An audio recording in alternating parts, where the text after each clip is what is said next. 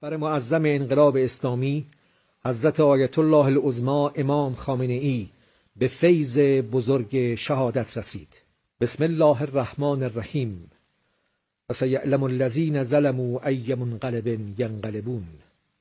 مردم شریف و سرافراز ایران با کمال تأسف و تأثر به اطلاع میرساند در پی حمله سبعانه دولت جنایت پیشه آمریکا و رژیم منحوس صهیونیستی، اسوه ایمان و جهاد و مقاومت، رهبر معظم انقلاب اسلامی حضرت آیت الله العظمی امام خامنه ای به فیض بزرگ شهادت رسید.